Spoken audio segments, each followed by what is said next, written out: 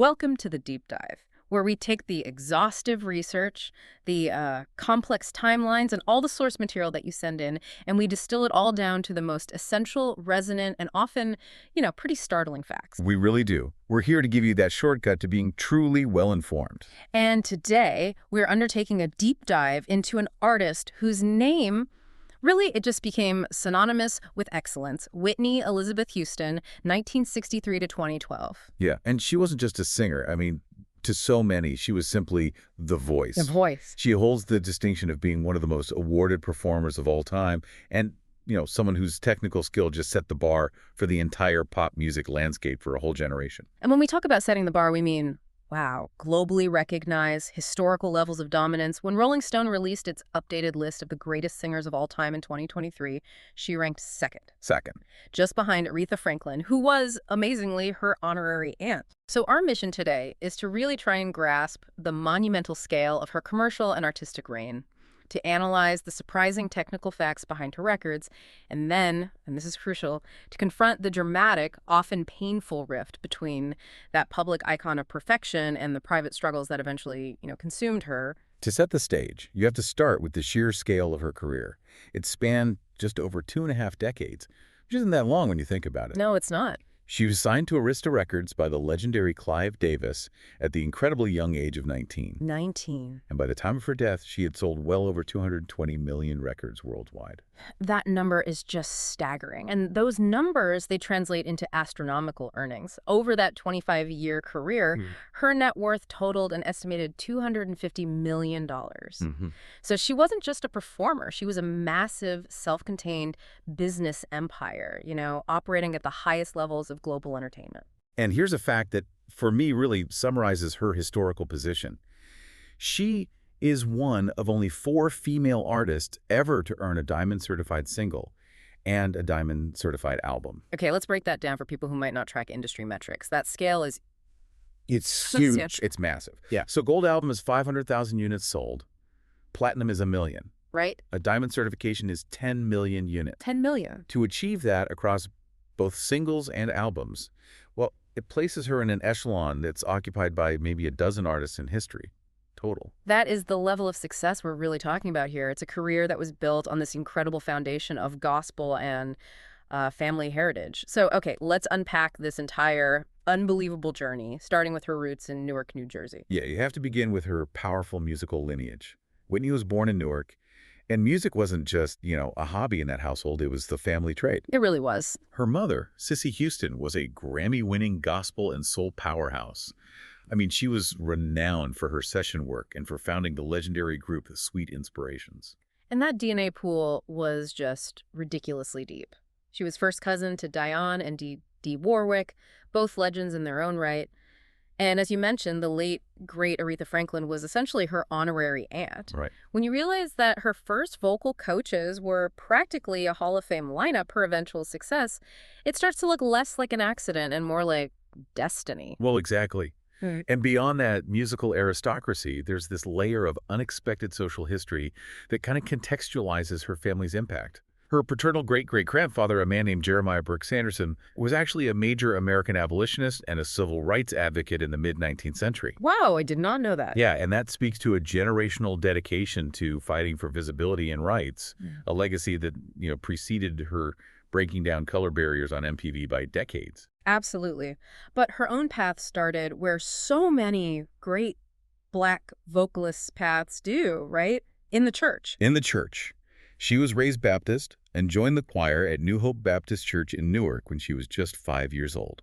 She also took piano lessons there. So that environment, it wasn't just about singing, was it? It was about performance structure, breath control, storytelling through music. All of it.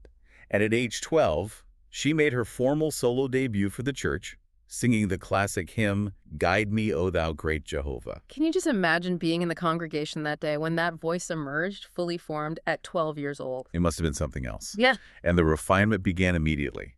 Her mother, Sissy, then took on the crucial, professional task of training her vocally all throughout her teens. And this wasn't just like motherly encouragement. This was professional, focused training on technique. Sissy was ensuring she mastered control over that massive range. She knew. She knew she was polishing an instrument that could change the world. And while she was refining that instrument, she was already working. I mean, starting at 14, she was a professional background and session singer. At 14. At 14, working alongside her mother, Chaka Khan, Lou Rawls. She even landed a feature vocal on a Michael Zager disco track in 1978 called Life's a Party. Yeah. So basically, she was a working musician before she was old enough to drive. What's also so fascinating is this parallel life she led as a model. Around 1980, she transitions into fashion modeling and signs with Wilhelmina Models, which was one of the biggest agencies in the world. And she was successful. She landed fashion spreads in major publications like Glamour and Cosmopolitan. And most famously, the cover of 17 magazine. Right. This dual visibility, session singer and fashion model. Yeah. I mean, she was constantly being courted by major record labels. But Cissy Houston, her mom, insisted she finish high school first. And that discipline, right. The insistence on finishing what you start and maintaining a focus despite the immediate temptation of fame. That's such a hallmark of her early career. It paid off. Yeah. Because that moment of destiny, it finally arrived in 1983. And it wasn't some massive audition. It was in a small New York nightclub. Yeah, the story is legendary. It is. An A&R rep, that's an artist and repertoire representative, the people labels send out to scout new talent, named Jerry Griffith of Arista Records. He saw her perform initially at the 7th Avenue South nightclub. And Griffith was just so floored by her sound and her stage presence that he immediately convinced Clive Davis, the founder and head of Arista, to come see her the very next night at a different club, Sweetwater's. And Clive Davis, I mean, he was one of the most discerning ears in the music business. He watched her sing Greatest Love of All. That song. And it's reported that he was so captivated that he offered her a contract right there on the spot after her set. It was just a pure, unadulterated recognition of genius. Wow. She signed the contract on April 10th, 1983, with her parents right there, making sure all the legal details were sound. Yeah. And even before her debut album was released, she started gaining traction. Yeah, that duet with Teddy Pendergrass, Hold Me. Exactly. It was a top 10 R&B and adult contemporary hit in 1984. The infrastructure was in place, the voice was ready, and the market was about to be just utterly blindsided by her arrival. So that sets the stage for this incredible ascent that defined the mid to late 1980s. This was the true crossover phenomenon. Her self-titled debut album, Whitney Houston, was strategically released on Valentine's Day, February 14th, 1985. The initial critical reception was... It was interesting. While everyone acknowledged the exceptional quality of her voice, the New York Times called her a dazzling, sometimes thrilling vocal talent. Some critics, they initially struggled to categorize her. Right, because the album spanned pop, R&B, adult contemporary. Exactly. But commercially, the momentum was this slow, deliberate build that just exploded. It certainly did. The album didn't hit #1 immediately. It took over a year.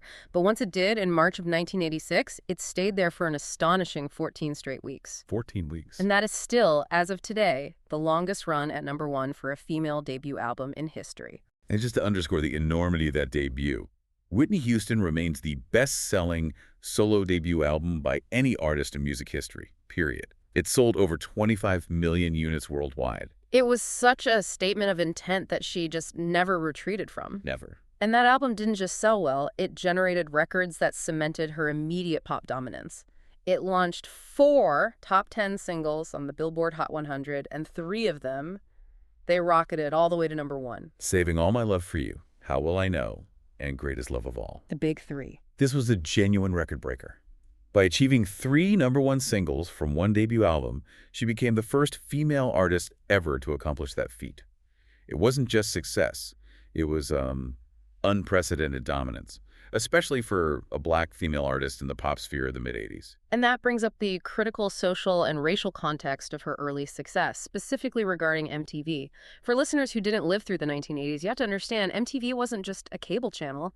It was the single, powerful gatekeeper to pop stardom. It was everything. And they were facing intense, ongoing criticism for failing to feature black artists regularly. The resistance was palpable. There are reports that the video for her first single, You Give Good Love, was initially rejected by MTV executives. They felt it was too rooted in the R&B kind of song genre. I mean, the racial barrier there was concrete. But the momentum of her talent, coupled with success of singles like Saving All My Love for You, it was just too powerful to ignore. We couldn't ignore it. So when the video for How Will I Know arrived, bright, poppy, dance-friendly MTV finally accepted it, and it was immediately put into heavy rotation. And that moment is so deeply significant in cultural history. It marked the first time a Black female artist received regular, consistent, and heavy play on the channel. Hmm. This wasn't just a career win, it was a revolution that directly influenced the breakdown of racial barriers in mainstream pop music. It literally paved the way for every Black female artist who followed. ABC News later put it perfectly when they called her a revolutionary artist who enchanted audiences with her iconic voice and kicked down the door for Black artists who followed her. That's a perfect summary. So then her follow-up album comes out, 1987's Whitney, and it proved the debut was no fluke. While some critics argued the sound felt a little too similar to the first. Which is a common complaint for artists who find success with a specific formula. Right, but the commercial results were astonishingly even stronger. Stronger is an understatement. Whitney made history immediately. It made her the first woman in music history to debut at #1 on the Billboard 200 chart. And she didn't just dominate the U.S. She was the first artist ever to debut at #1 simultaneously in both the U.S. and the U.K. Global phenomenon. Defined. But here is the single most untouchable chart record of her career. That album contained a streak of #1 singles that extended the momentum from the debut. By the time her fourth single from the album, Where Do Broken Hearts Go?, peaked on April 23, 1988, Houston achieved 7 consecutive #1 singles in the Billboard Hot 100. 7 consecutive #1s. That broke the previous record of 6, which was jointly held by two of the biggest forces in music history, the Beatles and the Bee Gees. Right. And what you really need to understand is that nearly 40 years later, as of 2025, she remains the only artist to ever accomplish that feat. That record is still the gold standard for pop dominance. It's untouchable. And her reach extended far beyond traditional pop charts. She recorded One Moment in Time for the 1988 Summer Olympics, which was an enormous international hit. Oh yeah, it topped charts all across Europe and the UK, and it even earned her a Sports Emmy Award. Her influence was just truly global at that point. And that translates into immense financial clout. By 1987, she wasn't just a rising star, she was a financial powerhouse. She ranked 8th among the highest-paid entertainers in show business, raking in an astounding $43 million that year. To put that in context for 1987, she was only trailing legends like Bill Cosby and Eddie Murphy on that list. I mean, her earning power, based purely on her voice, was astronomical. But this era of massive crossover success wasn't without its tensions. The very success she was experiencing led to significant criticism, particularly from some Black critics and segments of the Black community. Right, they felt her music was selling out, that it was too pop, and that it lacked the traditional grit and, soul authenticity of the R&B genre norms of the time. We see evidence of this tension publicly when she was reportedly jeered by some members of the audience at the 1989 Soul Train Music Awards. Wow. That pressure to conform to a specific genre expectation while achieving this global multiracial success was intense. So how did she handle that? She addressed it directly and pragmatically. She defended her career strategy, basically arguing that if you want a long career, there was a certain way to do it, and I did it that way. I'm not ashamed of it. Yeah. Really highlights her strategic thinking. She chose global longevity over, say, niche authenticity. And despite these professional critiques, her commitment to important global causes was already undeniable. In 1988, she participated in that star-studded Nelson Mandela 70th birthday tribute at Wembley Stadium. A huge event.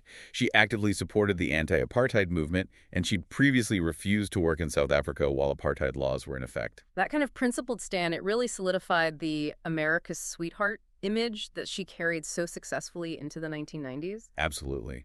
And she founded the Whitney Houston Foundation for Children in 1989, focusing her philanthropic efforts on major issues like homelessness, cancer and AIDS research, and self-empowerment programs.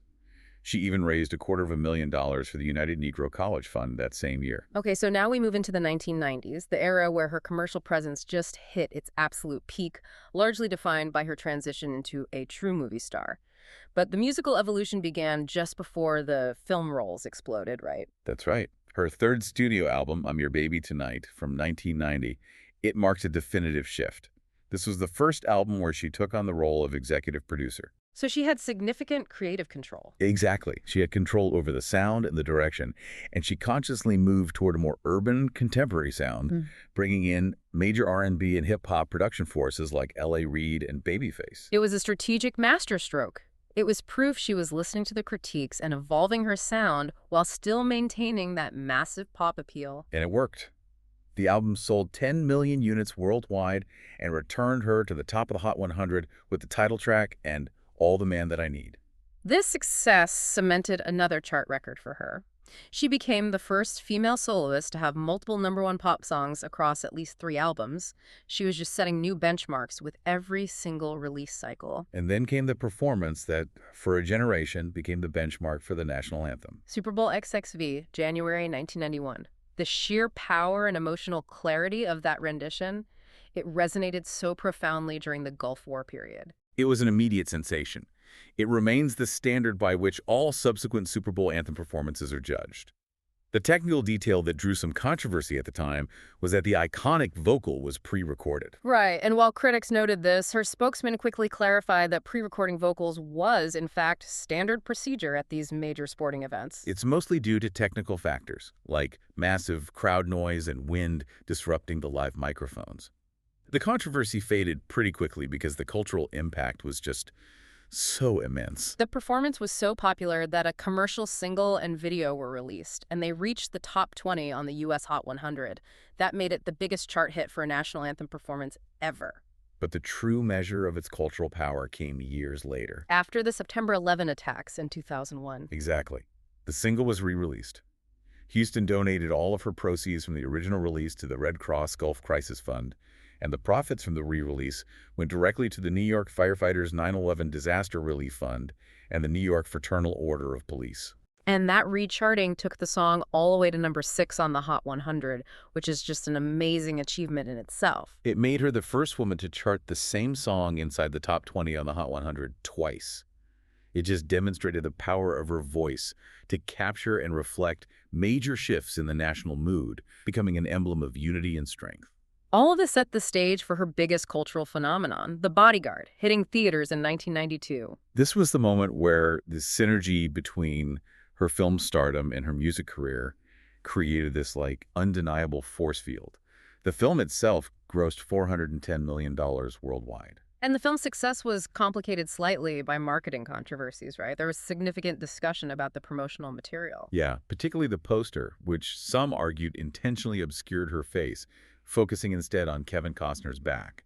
The implication was that the studio was trying to downplay the interracial relationship between the two main characters. And how did she respond to that? She was highly pragmatic as usual. In a 1993 interview with Rolling Stone, she basically said, "People know who Whitney Houston is. I'm black. You can't hide that fact." Okay. Her immense mainstream appeal was such that the audience embraced the storyline, regardless of any perceived studio caution. And critics, while noting she was essentially playing a version of her own superstar persona, generally found her performance compelling. But the soundtrack, that was where the truly seismic shift occurred. Oh, absolutely. She served as an executive producer. She recorded 6 tracks for the album, including 5 new songs and, of course, the big one. It became one of the fastest-selling albums in history. It hit #1 on the Billboard 200 and stayed there for a monumental 20 weeks. 20 weeks. That was the first album by a woman to achieve that length of stay at #1. And under the crucial Nielsen SoundScan tracking system, the album also became the first album ever to sell more than 1 million copies in a single week. That level of immediate, just incomprehensible commercial success led to the final tally. 45 million units sold worldwide. 45 million. It remains the best-selling soundtrack album of all time and, critically, the best-selling album globally by a female artist. And the accolades just followed the sales. At the 1994 Grammy Awards, the Bodyguard soundtrack swept the major categories, earning Album of the Year. And here's a crucial historical distinction. Houston was the first black woman to win Album of the Year as both the artist and accredited producer on the album. She owned that victory on both the artistic and the business sides. Then there's the lead single, her iconic cover of Dolly Parton's I Will Always Love You.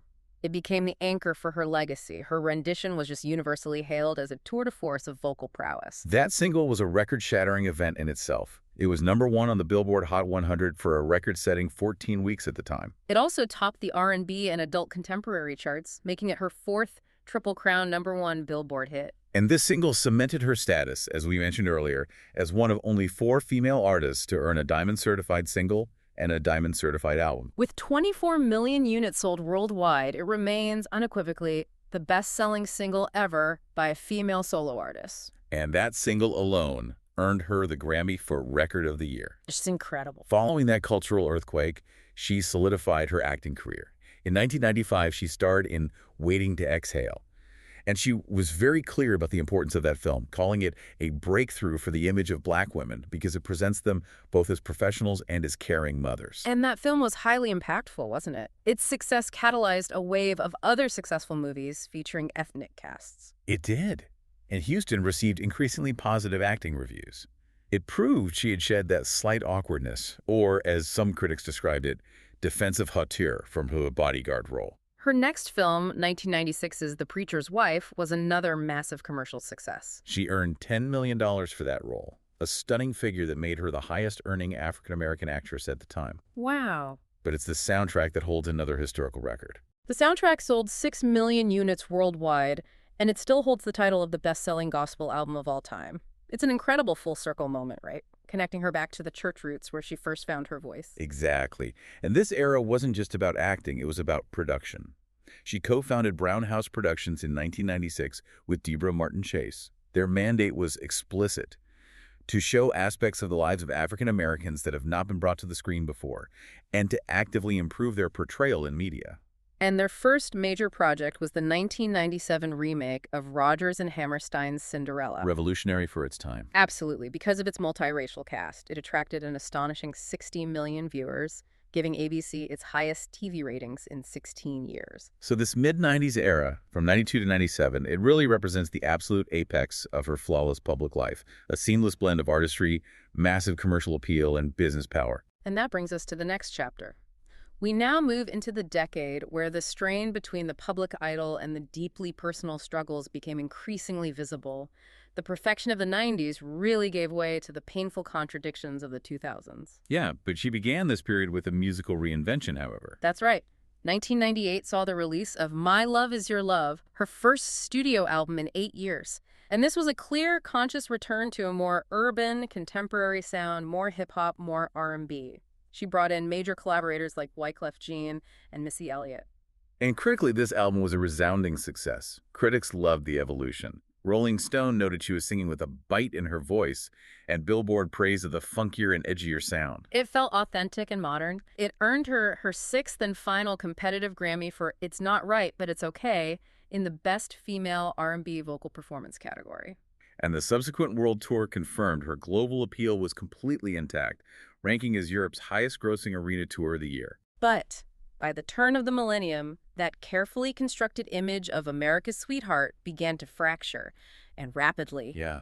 Reports of chronic lateness, canceled shows, and erratic, often distracted behavior started to surface consistently in the late 1990s, and this culminated in a hugely public incident in 2000 at the Academy Awards. She was scheduled to perform, but she was famously fired from the event by the musical director, Burt Bacharach, who was also a friend. The accounts from those rehearsals were disturbing. Her voice was reportedly shaky, she seemed completely distracted, and her attitude was defiant.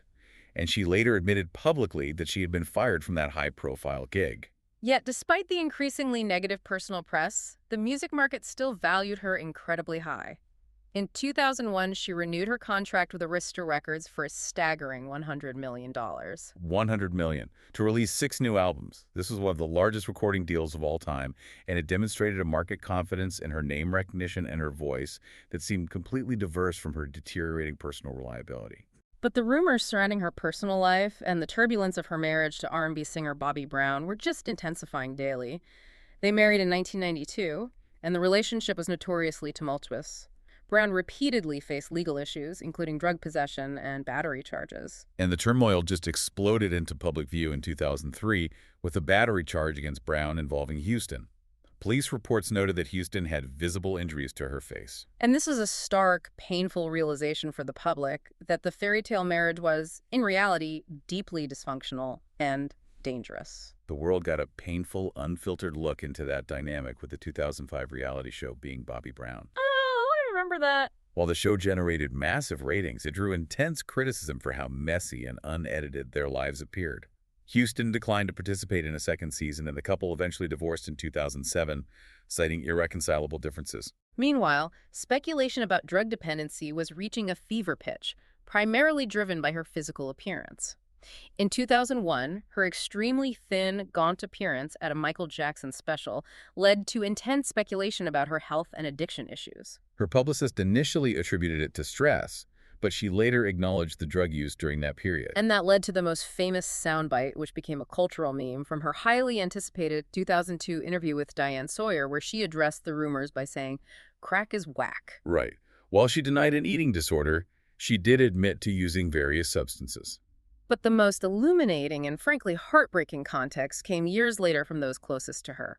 Robin Crawford, her longtime friend, executive assistant, and confidant, detailed the timeline in her 2019 memoir. Crawford explained that Houston's drug use began lightly even before the Bodyguard, but by 1996 it had become an everyday thing. Wow. Crawford eventually resigned in 2000, stating she had to step away after Houston declined multiple pleas to seek help for her dependency. And that speaks volumes about the depth of the problem, if her closest, most loyal ally had to walk away. It does, and the full, devastating extent of the addiction was finally confessed during her highly anticipated 2009 interview with Oprah Winfrey.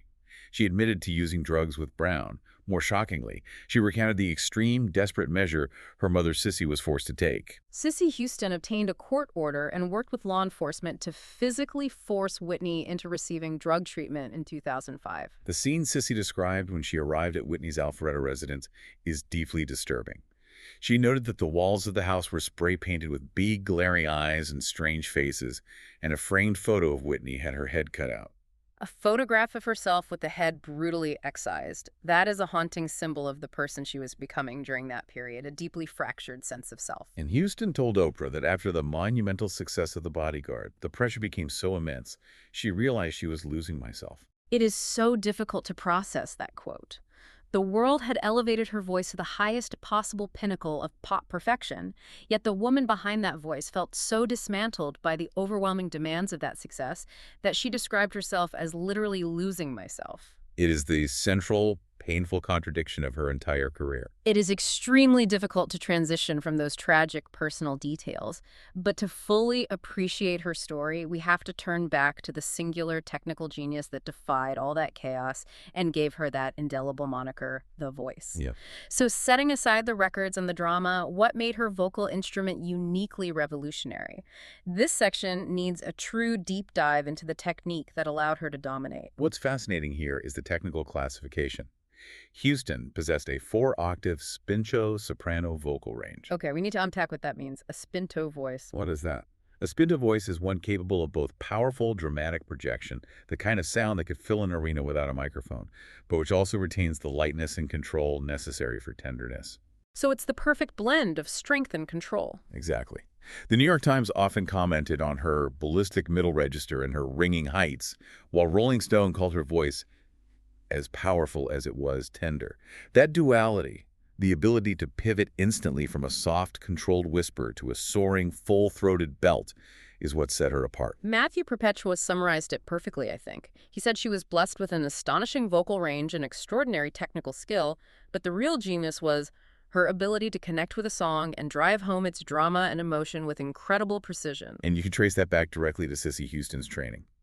This was a technically mastered instrument, honed over years of session work and formal coaching, not just raw talent. Her breath control was legendary, allowing her to hold notes and transition between her chest voice and head voice seamlessly and powerfully. And no discussion of her artistry is complete without dedicating serious time to melisma. Melisma.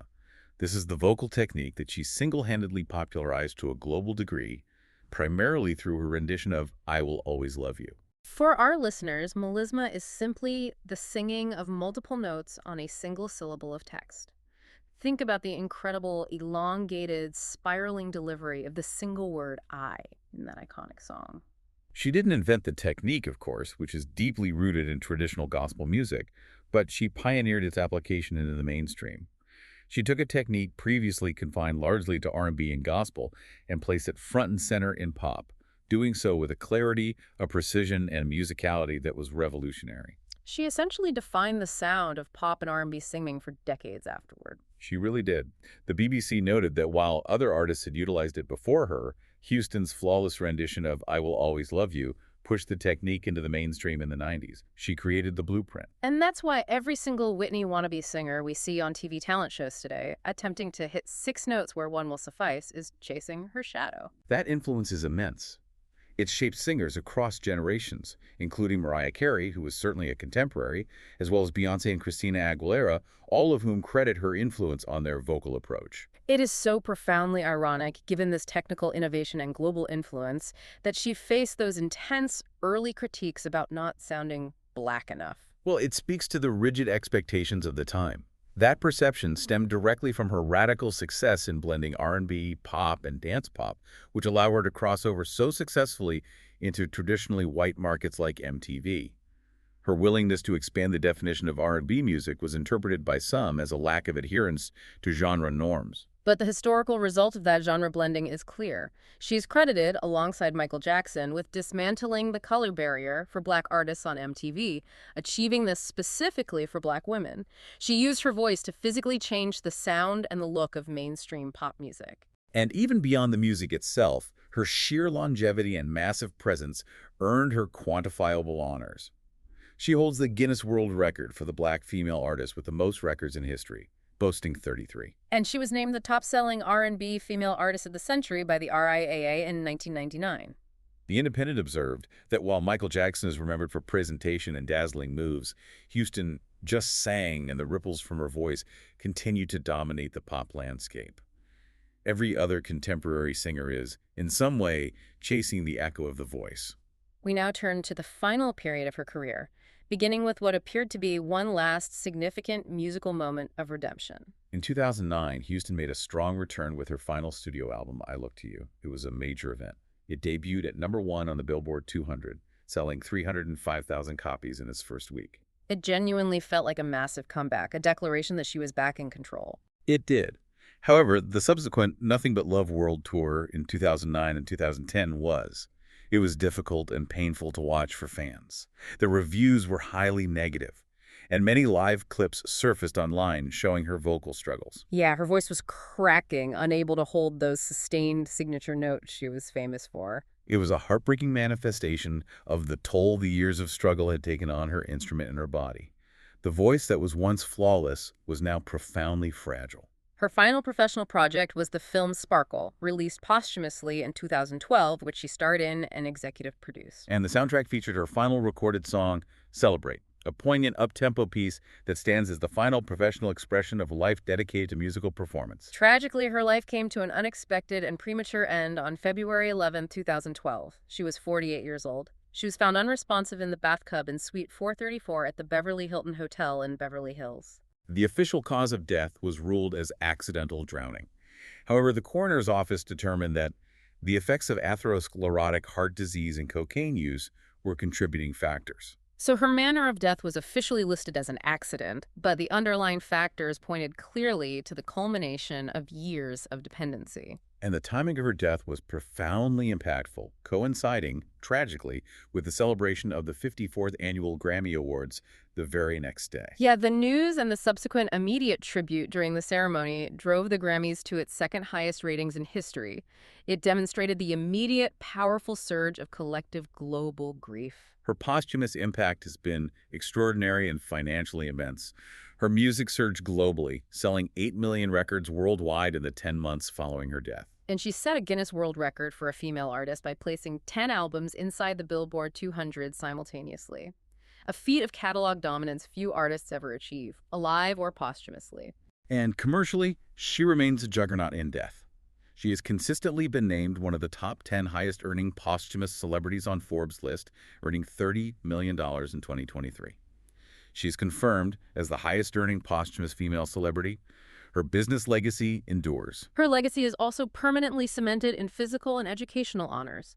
The Franklin School she attended in East Orange, New Jersey, was renamed the Whitney E. Houston Academy in 1997. And most recently, in 2023, a New Jersey Hall of Fame service area on the Garden State Parkway was renamed in her honor. And looking ahead, her artistry will be formally recognized at the highest level of her industry. She is set to posthumously receive the Grammy Lifetime Achievement Award on January 31st, 2026. It's a fitting honor. What stands out most to me after really diving into the sources is the sheer scale and longevity of her achievements. She wasn't just a successful singer, she was a history maker. The first Black artist with 3 RIAA Diamond albums, the untouchable record holder for 7 consecutive #1 singles. And a crucial pioneer who actively broke the door down for Black female artists at MTV.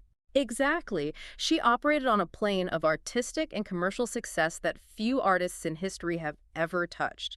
She was a force of nature. But what you realize, looking at the entire arc, is the intense, painful irony at the center of her story, one that connects her greatest triumphs directly to her deepest pain. The contradiction you mentioned earlier, the perfect instrument versus the disintegrating self. Precisely.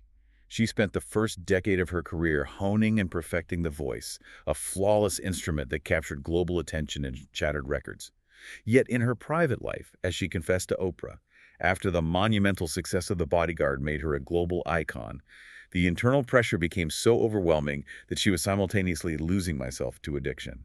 The voice was flawless, but the person operating it was in freefall. The public icon was built on a foundation of seemingly endless perfection, while the private person was rapidly self-destructing under the weight of that very perfection. And it raises a profoundly important question for you, the listener, to contemplate, particularly in our current age of intense celebrity culture and constant media scrutiny. Yeah. How? How do the systems we create, the demand for perfection, the instantaneous global fame, the astronomical financial stakes, how do they simultaneously elevate singular talents like hers to impossible heights, only to actively dismantle the individuals behind the art? The world gained an untouchable voice, but the woman who owned it was tragically fragile. A deeply complex legacy for one of the greatest voices we have ever known. That was our deep dive into the life and enduring influence of Whitney Houston.